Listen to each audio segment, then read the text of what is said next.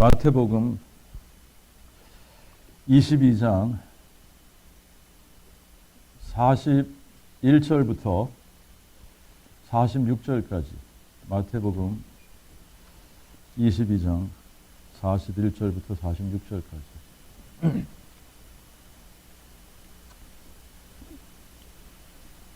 바리새인들이 모였을 때에 예수께서 그들에게 물으시되 너희는 그리스도에 대하여 어떻게 생각하느냐? 네 자손이냐? 하시니 그들이 다윗의 자손이니이다 하매 예수께서 그들에게 이르시되 그러면 어찌 다윗이 성령으로 그를 주제라 칭하여 말하기를 여호와께서 내 주제께 이르시기를 내가 네 원수를 네 발판 되게 할 때까지 내 우편에 앉아 있으라 하셨도다 하였느냐? 다윗이 그를 주제라 칭하였은즉 어찌 그의 자손이 되겠느냐? 이에 한 말도 능히 대답하는 자가 없고 그날부터 더 이상 그에게 감히 묻는 자도 없더라. 이 질문, 다윗이 그를 주제라 칭하였은즉 어찌 그의 자손이 되겠느냐? 라고 하는 이 질문. 자, 이게 하나의 수수께끼죠. 이게 퍼즐입니다. 그죠? 이 사람들에게는, 뭐 꼭 이 사람들에게 뿐만이 아니라 우리 모두에게 이게 신비의 퍼즐입니다. 신비의 퍼즐. 이거 어떻게 풀어야지 되는데, 다윗이 그를 주제라 칭하였은즉 어찌 그의 자손이 되겠느냐? 이게 복음인데, 그죠? 다윗이 주라 칭하신 이분이 다윗의 아들이 되는 이게 복음입니다. 이게 복음인데 이게 동시에 신비의 퍼즐이에요. 자, 이 질문에 이게 답이 안 되는 거 합니까? 답이 안 되는 거 아니잖아요. 이에 한 말도 능히 대답하는 자가 없고 그날부터 더 이상 그에게 감히 묻는 자도 없더라. 여러분 이게 하나의 이제 예수님이 유대인들에게 물으신 이 신비의 퍼즐인데 내가 너희들에게 그리스도에 대하여 하나 묻겠는데 네 자손이냐? 그들이 대답은 잘해요. 그죠? 다윗의 자손이니이다. 다윗의 자손입니다. 그때 예수님이 그러면 어찌 다윗이 성령으로 그를 주제라 칭하여 말하였느냐? 다윗이 그리스도, 메시아, 다윗이 그리스도를 그의 주제, 그의 주님이라 칭하였은즉 어찌 그의 자손이 되겠느냐?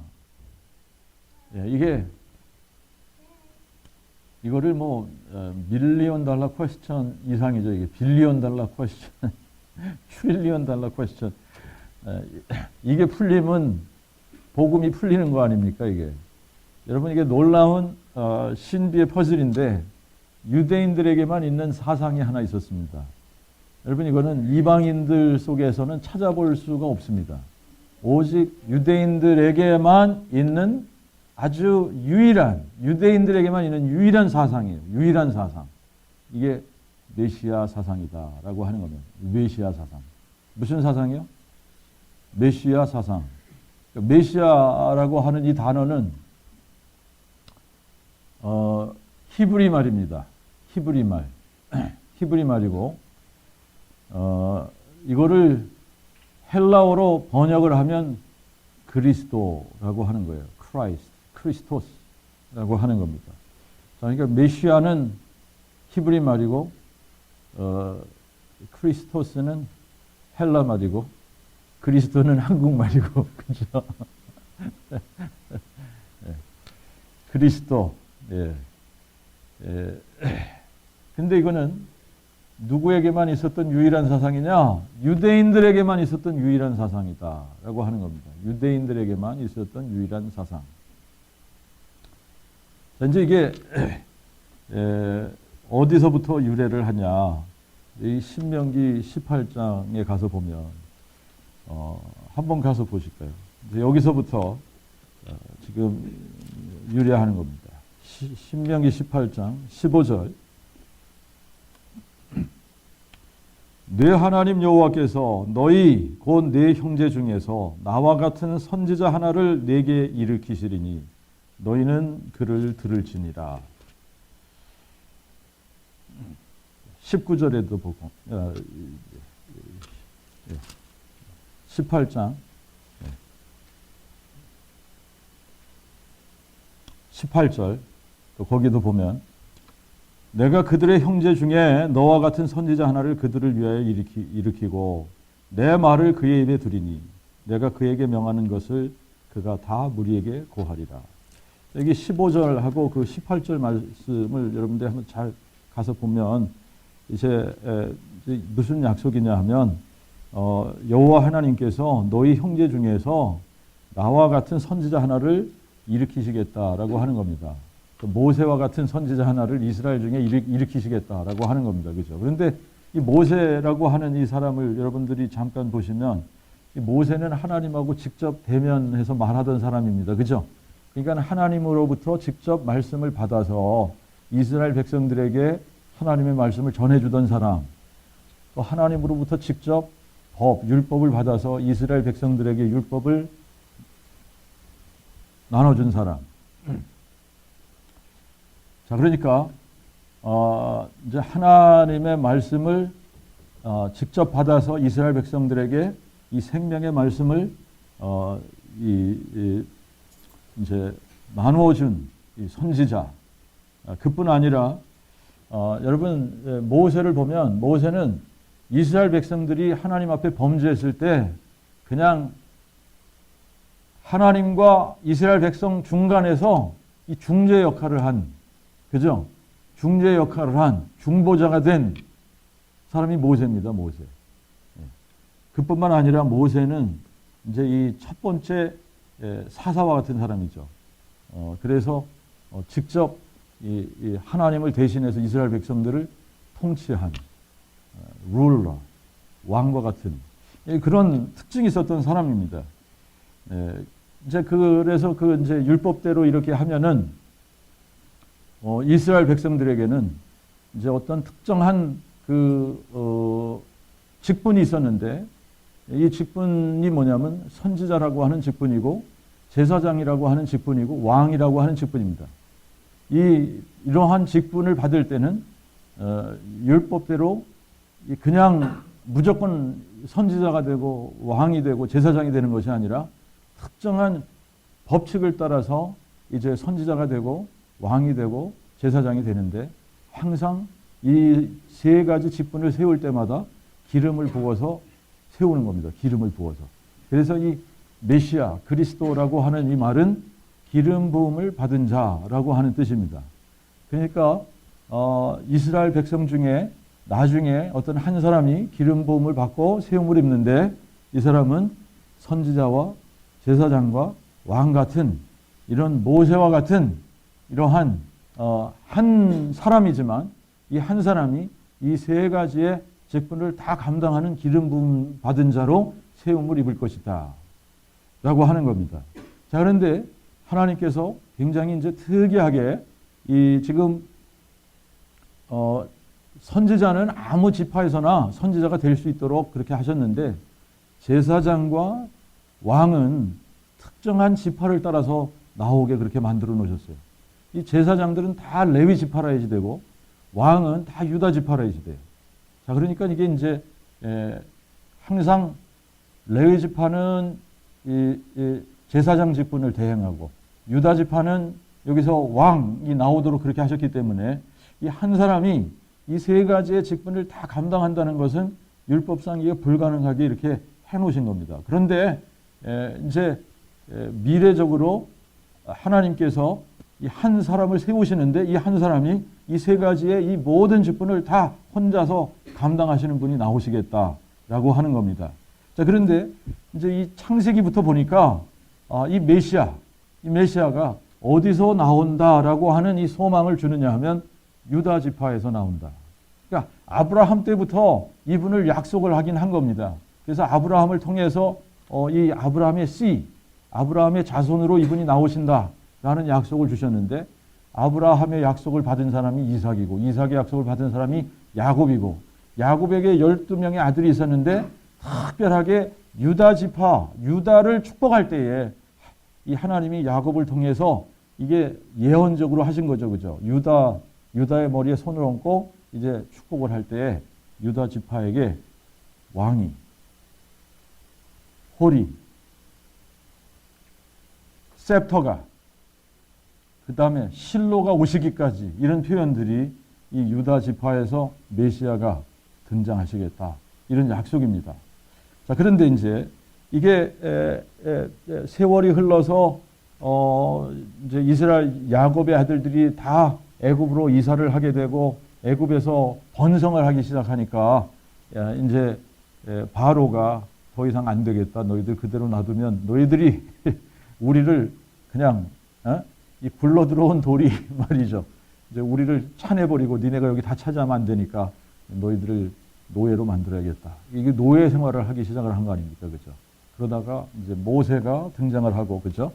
이 모세가 이스라엘 백성들을 다 출애굽시켜서 광야에 오게 되고, 이 광야에서 이제 율법, 하나님하고 약속을 맺고, 이 첫 번째 언약이 여기서 맺어지고, 거기서 율법을 주게 되는 겁니다. 자, 그럴 때 이제,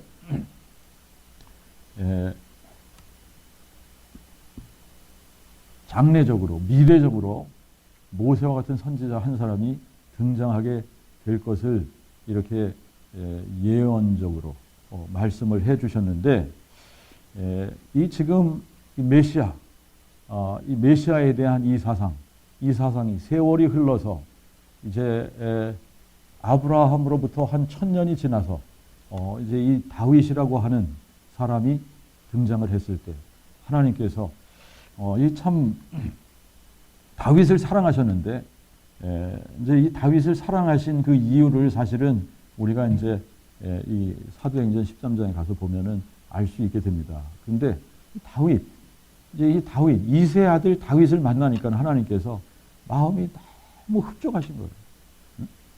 이세 아들 다윗을 만나니까 하나님의 마음이 너무 기쁜 겁니다.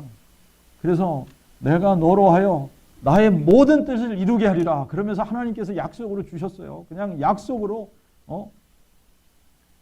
이 선지자 나단을 통해서 이제 이 다윗에게 보내가지고 하나님의 말씀을, 하나님의 약속을 딱 주셨는데, 그게 뭐냐면 이제 이 메시아 약속한 그 아들이 다윗의 자손으로 오시겠다라고 하는 약속을 주신 겁니다. 자, 그때부터 시작해서 이제 이 이스라엘 백성들에게는 이제 이 메시아가 누구의 자손으로 오시겠다? 다윗의 자손으로 오시겠다. 이 소망, 이 메시아가 이스라엘을 영원히 다스릴 이 메시아가 다윗의 자손으로 오실 거다라고 하는 이 메시아 사상이 생기기 시작을 한 겁니다. 이때부터 이 메시아 사상은 생겨진 겁니다. 그래서 이제 이스라엘 백성들이 우리가 복음서를 읽다가 이 다윗의 자손이요라고 하는 이 말을 할 때, 이 다윗의 자손이요라고 하는 이 말은 당신이 우리가 기다리던 바로 그 메시아 그리스도이십니다. 이 소리예요. 그러니까 예수님을 향해서 다윗의 자손이요라고 이렇게 외쳐대는 것은 예수님을 뭘로 보는 겁니까? 오시리라고 약속한 메시아 그리스도라고 보는 겁니다. 자, 그런데 이 메시아 사상이 다른 민족에게는 없다라고 하는 겁니다. 여러분, 우리 대한민국, 우리 민족의 역사를 아무리 흘러가서 이제 이거를 찾으려고 해도 우리 민족 속에는 뭐가 없다? 메시아 사상이 없다. 이 메시아 사상이 없어요. 이방 민족에는 메시아 사상이 없습니다. 이 메시아 사상이 없는 거예요. 그래서 이제 정말 이 메시아에 대한 이 메시아 사상을 누가 전파해야지 되는 거냐면 이스라엘 사람들이 전파하도록 그렇게 하신 겁니다. 그래서 이스라엘 사람들 택하시고 부르신 겁니다. 자, 그런데 그들이 이거를 전파하지 않았잖아요. 그죠? 만약에 이제 다른 어떤 민족에서 예를 들어서 이제 뭐 이 아랍 사람들이 말이죠. 우리한테도 그 메시아 사상이 있는데 이러면 이거는 그들에게서 나온 게 아니에요. 어디서 나온 겁니까? 이스라엘로부터 온 겁니다. 성경에서 유일하게 이 사람들이 모방한 거예요. 모방한 거예요. 메시아 사상. 자, 이제 마태복음 1장 1절을 보면 이제 여기서부터 메시아 사상이라는 거예요. 아브라함의 자손, 다윗의 자손, 예수 그리스도의 계본이라. 여러분 이게 여기서부터 메시아 사상이 담겨진 거예요. 아브라함에게 약속하고 다윗에게 약속한 그 아들 예수 그리스도. 예수가 그리스도시다. 아브라함에게 약속한, 다윗에게 약속한 그리스도가 바로 예수시다. 이 얘기를 하고 있는 겁니다. 그죠? 그 다음에 이제 마태복음 12장 가서 보세요. 12장.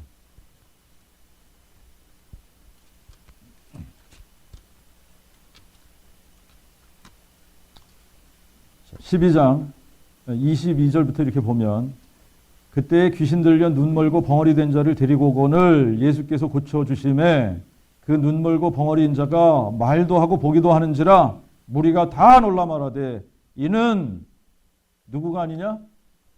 다윗의 자손이 아니냐. 이거는 다시 말하면 이분이 메시아가 아니냐 이 얘기입니다. 아시겠죠? 아니 귀신 들려서 눈 멀고 벙어리 된 자를 풀어준 사람이 이 세상에 누가 있습니까? 아무도 없지 않습니까? 그러니까 이거를 보면서 와우! 이분이 바로 메시아가 아니냐 이 얘기를 하고 있는 겁니다. 이분이 바로 오시리라고 약속한 그 그리스도가 아니냐 이 얘기를 하고 있는 겁니다. 아시겠죠? 15장 가서 보세요. 15장.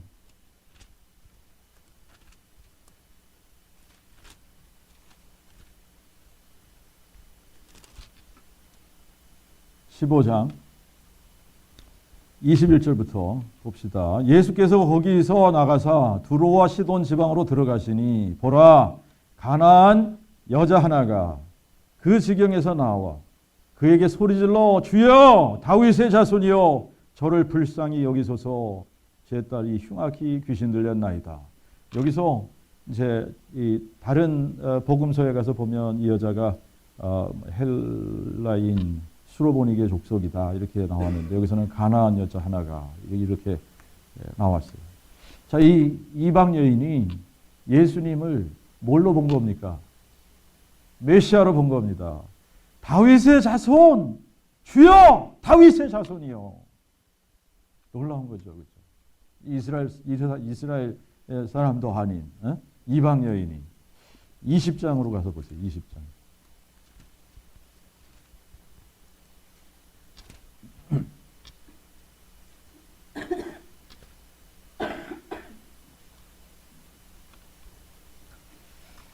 (29절부터) 보면은 저희가 여리고에서 떠나갈 때에 큰 무리가 예수를 쫓더라. 보라 소경 둘이 길가에 앉았다가 예수께서 지나가신다 함을 듣고 크게 소리질러 주여 다윗의 자손이여 우리를 불쌍히 여기소서 하니 무리가 꾸짖어 잠잠하라 하되 더욱 소리질러 주여 다윗의 자손이여 우리를 불쌍히 여기소서 하는지라. 이 소경들은 예수님을 누구로 본 겁니까? 메시아 오실 내 백성 중에 나와 같은 선지자 하나를 일으키리라 약속한 바로 그 메시아 그리스도로 본 겁니다. 그렇게 본 거예요. 자, 21장도 가서 보시죠. 21장 9절에 보니까 앞에서 가고 뒤에서 따르는 무리가 크게 소리질러 호산나 다윗의 자손이여 찬송하리로다 여호와의 이름으로 오시는 이여 지극히 높은 곳에서 호산나 하니라. 자, 이 다윗의 자손이요. 다윗의 자손이요. 15절에도 보면 수제사상들과 서기관들이 예수의 하시는 놀라운 일과 또 성전에서 소리질러 호산나 다윗의 자손이여 하는 아이들을 보고 심히 불쾌하여. 여러분 이방 여인도 소경들도 어린아이들도 예수님을 메시아 다윗의 자손으로 알아봤는데 이 종교인들은 하나도 알아보지 못해요. 눈을 떴다고 하는 사람들은 하나도 알아보지 못해요. 이스라엘 이 약속, 이 사상을 가졌다고 하는 이스라엘 사람들은 이걸 못 알아보는 겁니다.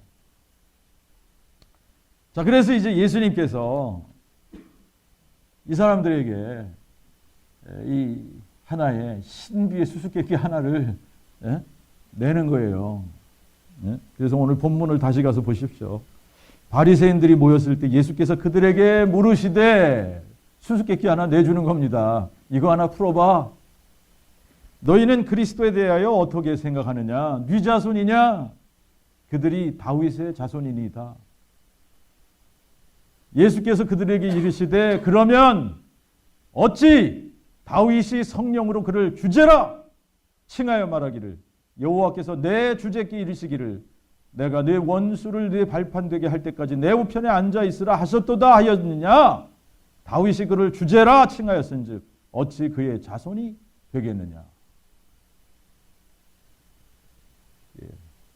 엄청난 수수께끼입니다. 그죠? 자, 지금 이게 말이죠. 이게 복음을 우리가 막 선포하는데 다 한다고 생각을 하니까 복음이 안 들리는 것과 마찬가지일 거예요.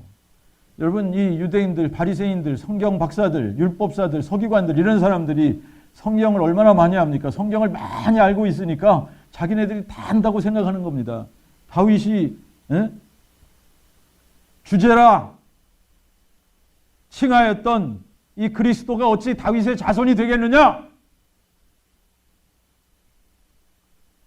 알기는 잘 알지 않습니까? 그리스도가 네 자손이냐? 다윗의 자손이니다.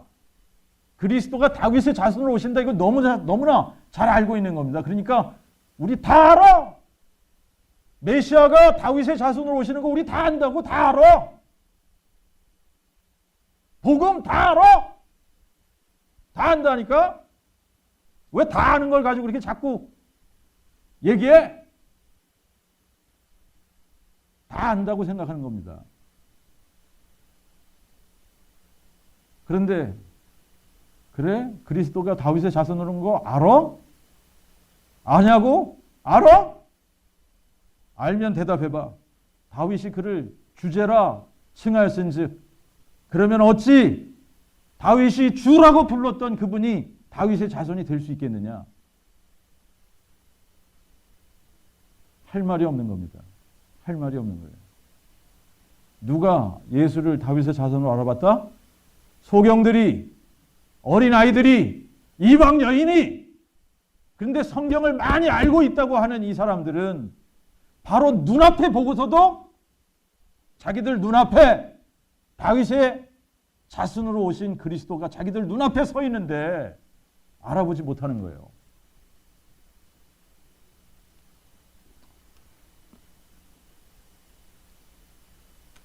자, 이제 이게 사실 지금도 마찬가지 아닙니까? 이게 신비로운 퍼즐이에요. 이 신비의 퍼즐입니다. 이게 다윗이 주제라 부르신 이 그리스도, 이분이 어떻게 다윗의 자손이 될 수 있느냐라고 하는 겁니다. 자, 이게 복음의 메시지입니다. 복음 메시지의 핵심이 다윗의 뿌리가 다윗의 자손이 되셨다. 이거 아닙니까? 그죠? 다윗의 뿌리이신 이분이 다윗의 자손으로 오셨다. 이겁니다. 이분이 그리스도시다. 이겁니다. 자, 그런데 이거를 풀 수 있는 열쇠가 있어야 되지 않습니까? 이 신비의 수수께끼를 풀 수 있는 열쇠. 자, 그래서 이제 여러분 이제 성경을 읽다가 보면 이제 이게 공식이 그렇게 된다 그랬어요. 어떻게 되냐면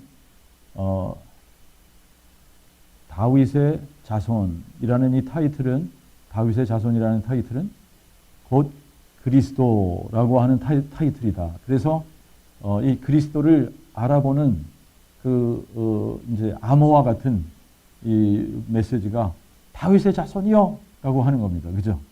다윗의 자손이요. 그러면 이분을 뭘로 알아봤다는 얘기예요? 그리스도로, 메시아로 알아봤다라고 하는 겁니다. 그죠?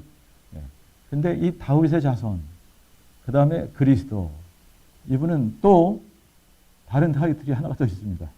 하나님의 아들이라는 타이틀이에요. 그러니까 다윗의 자손이 그리스도시고 또 이 그리스도는 하나님의 아들이시고, 이게 동일한 인물인데 이 동일한 인물이 그리스도이시면 이분이 다윗의 자손이시고 또 하나님의 아들이시다 이 말입니다. 이게 복음이에요. 이 복음인데 자, 저나 여러분이나 하나님의 아들 그리스도 다윗의 자손 이분이 우리 눈앞에 딱 이렇게 오셨을 때 우리도 이 눈이 영의 눈이 딱 뜨이지 않으면 이분을 하나님의 아들 그리스도 다윗의 자손으로 알아볼 수 있는 눈이 안 생기는 겁니다. 이분을 이분이 그리스도시구나. 이분이 메시아구나. 이분이 하나님의 아들이시구나. 이분이 다윗의 자손으로 오신 분이구나. 알아볼 수 있는 사람이 아무도 없는 거예요. 자, 그러니까 이제 이분을 다윗의 자손으로 그리스도로 하나님의 아들로 알아볼 수 있는 이 방법이 있어야지 되는데 우리가 이제 고린도전서 한 두 군데 한번 찾아보면 고린도전서 2장을 먼저 가서 보십시다. 고린도전서 2장.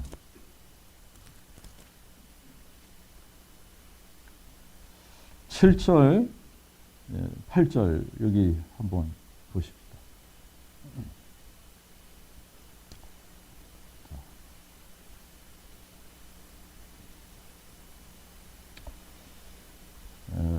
6절부터 읽어야 될 것 같아요. 우리가 완전한 자들 중에서 지혜를 말하노니 이는 이 세상 지혜가 아니요 이 세상에 없어질 관원의 지혜도 아니고 오직 신비 속에 감추인 하나님의 지혜를 말하노니 이게 복음이에요. 뭐가 복음이에요? 신비 속에 감추인 하나님의 지혜. 복음을 말하노니 이는 하나님이 우리의 영광을 위하여 만세전에 예정하신 것이라. 이 지혜는 이 세대의 관원이 하나도 알지 못했으니 만일 알았다면 영광의 주님을 십자가에 못 박지 아니하였으리라. 여러분, 이 복음이 신비 속에 감추인 하나님의 지혜입니다. 신비 속에 감추인 하나님의 지혜예요. 이거를 이 세상 관원이 알았다면 우리 주님을 십자가에 못 박지 않았을 거다라고 하는 겁니다. 그런데 이 세상의 관원들이 하나도 그를 알아보지 못했습니다. 그것이 당연한 거예요. 알아보지 못하는 게 당연한 거예요. 1장으로 가서 보세요. 1장 21절을 보세요. 하나님의 지혜로 보건대 세상은 자기의 지혜로 하나님을 알지 못하는 고로 하나님을 알지 못하는 거예요. 이 세상의 지혜를 가지고 하나님을 알지 못하는 게 너무나 당연한 겁니다. 너무나 당연한 거예요. 여러분, 우리는 이 세상의 지혜를 가지고 하나님을 알아볼 수가 없어요. 그게 너무나 당연한 겁니다. 그래서 우리가 뭘 계속 선포해 줘야지 되냐. 하나님께서 그래서 이 복음의 신비, 신비 속에 감추인 하나님의 지혜, 이 복음을 푸는 열쇠, 이걸 우리에게 가르쳐 주신 거예요. 여러분, 이제 참 이 복음을 우리가 이제 생각할수록 참 이게 신비스럽다. 이게 정말 놀랍다. 감탄하지 않을 수가 없습니다. 감탄하지 않을 수가 없는데 하나님이 사람이 돼서 이 땅에 오신 것이 크고 놀라운 경건의 비밀이다. 그러지 않습니까? 크고 놀라운 경건의 비밀. 하나님이 사람 되신. 이게 크고 놀라운 경건의 비밀이고 아무도 풀 수 없는 신비의 지혜고 퍼즐이고. 근데 이것을 우리에게 풀어주러 오신 하나님이 계십니다. 사람이 풀 수 없어요. 이 사람이 이것을 풀 수 없기 때문에 그것을 풀어주러 오신 분이 계세요. 그분이 전능자 하나님이십니다. 전능자 하나님이 자기 자신을 비우셨어요. 이걸 우리에게 풀어주시려고 자기 자신을 비워 종의 형체를 가져 사람의 모양으로 오신 겁니다. 근데 사람의 모양으로 오셨는데 사람이 알아볼 방법이 없는 거예요. 그래서 이 사람의 모양으로 오셔서 이분이 하신 말씀이 나는 부활이요 생명이니 나를 믿는 자는 죽어도 살겠고 무릇 죽어서 나를 믿는 자는 영원히 죽지 아니하리라. 나는 부활이요 생명이다. 말씀하시면서 이 신비의 지혜를 풀 수 있는 열쇠를 이제 우리에게 가르쳐 주셨습니다. 사실 이것은 이제 이 구약의 선지자들을 통해서 성경에 미리 약속을 해 놓으신 겁니다. 그런데 성경에 미리 약속을 해 놨어도 이것이 사람들의 눈이 감겨져서 이것을 보지 못하고 풀지 못하는 거예요. 사람의 능력으로는 이것을 풀 수가 없는 거예요. 아무리 성경에 미리 약속을 해 놨어도 이걸 풀 수 있는 지혜가 사람들에게 없는 겁니다. 자, 이 신비의 이 퍼즐을 풀 수 있는 유일한 열쇠, 이것이 부활이에요. 부활. 그래서 이제 이 로마서 1장을 다시 읽습니다. 2절부터 4절에 보면 이 복음은 하나님이 선지자를 통하여 성경에 미리 약속하신 그의 아들에 관한 것으로 그가 육신으로는 다윗의 혈통에서 나셨으나 성결의 영으로는 죽은 자들 가운데서 부활하시어 능력으로 하나님의 아들로 인정되셨으니 곧 예수 그리스도 우리 주님이시라. 아멘. 자, 이게 정말 놀라운 거 아닙니까?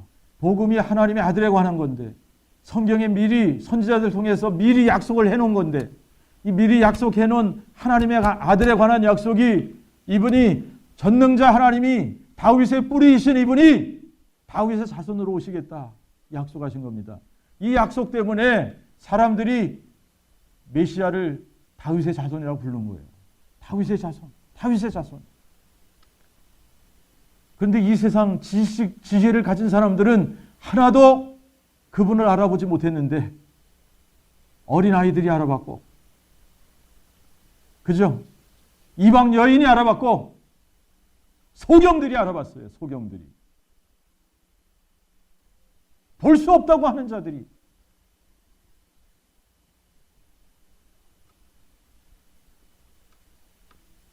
그런데 이제 누구나 다 알아볼 수 있도록 하나님께서 하셨습니다. 아멘. 누구나 다 알아볼 수 있도록 하셨는데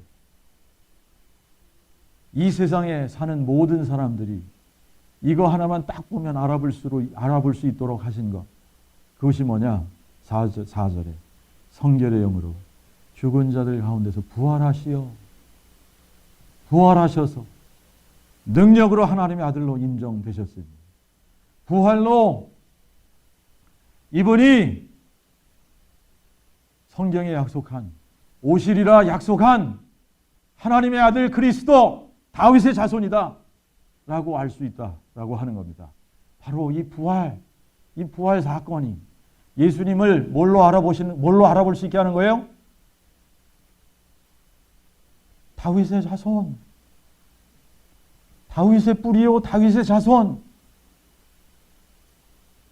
하나님의 아들 그리스도. 이게 아니면 예수를 하나님의 아들 그리스도로 알아볼 수 있는 방법이 없다는 겁니다. 이게 유일한 방법이에요. 유일한 방법. 부활로만 예수가 부활이요 생명이라는 것을 알 수 있는 겁니다. 이분이 부활하지 않았으면 예수가 어떻게 부활이 됩니까? 이분이 부활하셔서 나는 부활이요 생명이니 이거를 어떻게 하신 거예요? 확증하신 겁니다. 자, 그러니까 우리가 예수를 증거하기 위해서 예수님이 부활하셨다! 이 얘기 해야 돼요? 말아야지 돼요? 해야지 되는 거야. 어? 이게 복음이라는 거. 이게 복음이라는 거 아니에요? 예수님을 다윗의 자손으로 알아봐야지 되는데, 근데 이 다윗이 이분을 뭐라고 불렀다고요? 주라고 불렀다고. 주라고. 다윗이 주라고 부르는 이 그리스도가 어떻게 다윗이 자손이 될 수 있냐? 이게 신비의 퍼즐 아닙니까? 근데 이것을 알아볼 수 있는 유일한 방법이 뭐라고요?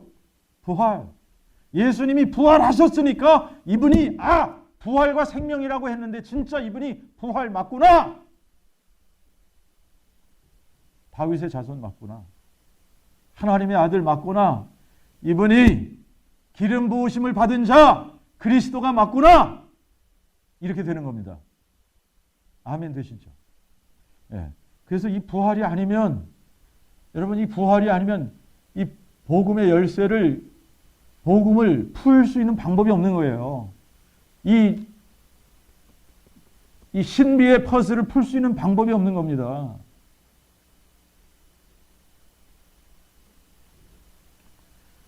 그러니까 이제 마땅히 지금 예수님을 하나님의 아들로 알아보지 못하는 게 너무나 마땅한 거고, 정말 이게 너무나 마땅하기 때문에 알아보지 못해서 이 세상 관원들이, 이 세상 관원의 지혜를 가지고는 이거를 알아볼 수 있는 사람이 아무도 없는 겁니다. 그래서 알아보지 못해서 영광의 하나님을 십자가에 못 박는 게 마땅한 거예요. 이분이 죽으시고 죽으셔야 죽음을 깨뜨리고 부활하실 거 아닙니까?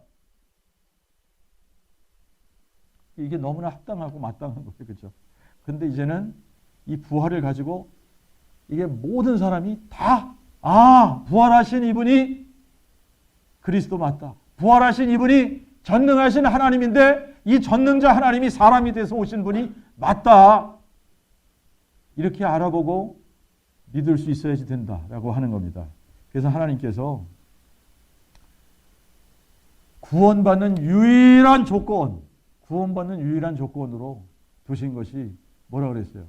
마음으로 이 부활을 믿는 겁니다.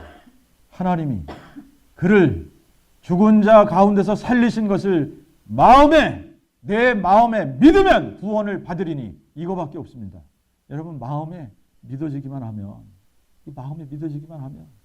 여러분 구원을 주시는 겁니다. 마음에 믿으면 구원을 받으리니. 그러니까 여러분 이거 잘 생각해 보시면 너무나 간단한데, 예수님이 자기 자신을 뭐라고 클레임했다고요? 나는 부활이요 생명이니라고 클레임했다 말입니다. 자, 그러니까 예수님이 나는 부활이요 생명이니라고 클레임을 했으니까, 여러분 구원받는 유일한 조건을, 하나님이 그를 죽은 자 가운데서 살리신 것, 부활하신 분, 죽은 자 가운데서 부활하신 분이라고 마음에 믿어야 구원받는 게 당연한 겁니다. 예수님이 나는 부활이요 생명이라고 말씀하셨기 때문에 우리가 구원받으려면 이 예수가 죽은 자 가운데서 부활하신 부활이요 생명이다, 이걸 믿어야만 구원받는 게 맞는 거예요. 자, 그러면 이게 너무나 당연해지는 거예요. 여러분, 부활이요 생명이신 이분을 내 마음속에 모셨습니다. 그러면 부활이 어디에 들어와 있어요? 내 마음에 들어왔어요. 그러면 부활이 내 마음에 들어왔으면, 여보, 이제는 부활의 증인이 되는 게 당연한 거 아닙니까? 여러분, 이게 너무나 당연한 거 아니에요? 여러분들 마음속에 부활이 계시다. 그러면 여러분들이 부활 증인 되는 거 합당한 거 아니에요? 나만 그래요? 목사들만 그래요? 선교사가 돼야만 그래요? 여러분, 목사래도 선교사래도 신학생이라도 장로라도 집사라도 그 안에 부활하신 예수님이 들어가지 않으면 부활의 증인이 안 되는 거예요. 여러분, 이게 너무나 당연해. 여러분이 부활의 증인이 아니다. 그러면 여러분 안에 뭐가 없다는 얘기예요? 부활하신 예수님이 여러분 안에 없다는 얘기예요. 이게 너무나 당연한 겁니다. 그러면 내가 부활의 증인이 돼서 만나는 사람마다 예수님 부활하셨다고요? 알았어요? 예수님 부활하신 거 알아요? 그분이 부활이요 생명이라고 했는데 진짜 그분이 죽은 자 가운데서 부활하셨습니다. 이 세상에 자기 자신을 부활이요 생명이라고 클레임한 사람이 예수님 외에 누가 있습니까? 아무도 없습니다. 예수님만 자기 자신이 부활이요 생명이라고 클레임하셨고, 그것을 증명하시기 위해 이분이 죽은 자 가운데서 3일 만에 부활하셨습니다. 이분이 부활하셔서 다윗의 자손이라는 걸 증명하신 겁니다. 이분이 부활하셔서 이분이 그리스도라는 걸 증명하신 겁니다. 이분이 부활하셔서 하나님의 아들이라고 증명하신 겁니다. 이분이 부활하셨기 때문에 이분이 전능자이신 거예요. 우리 안에, 여러분 안에 부활하신 예수님이 계시면 내 안에 부활하신 예수님이 계세요. 그래서 나는 이 부활하신 예수님을 증거할 수밖에 없는 거예요. 나는 예수님의 증인입니다. 예수의 증인은 부활의 증인입니다. 자, 그러니까 이 부활하신 예수님을 만난 사람들은 다 뭐 하다 죽었다? 예수님 부활하셨다. 이거 증거하다. 불에 타서 죽고, 목 베어 죽고, 십자가에 거꾸로 달려 죽고, 가죽이 벗겨져서 죽고, 별의별 방법으로 다 죽였는데, 그런 죽음 앞에서도 예수가 죽은 자가 와서 부활하셨다. 이 부활하신 예수님을 믿으면 죽어도 살겠고, 죽여봐. 안 죽어 나는 죽어도 산다. 무릇 살아서 믿는 자는 영원히 죽지 아니하리라. 여러분, 그래서 이 부활하신 예수님을 마음에 믿은 사람들만 뭐가 되냐? 말투레스, 증인들이 되는 겁니다. 믿으십니까? 이제 이 놀라운 사역을 하나님께서 이제 시작하시는 것 같아요. 말투레스, 증인들. 오직 성령이 너에게 마시면 너희가 권능을 받고 예루살렘과 온 유대와 사마리아와 땅 끝까지 이르러 너희는 내 말투레스 증인들이 되리라. 아멘. 같이 기도하겠습니다.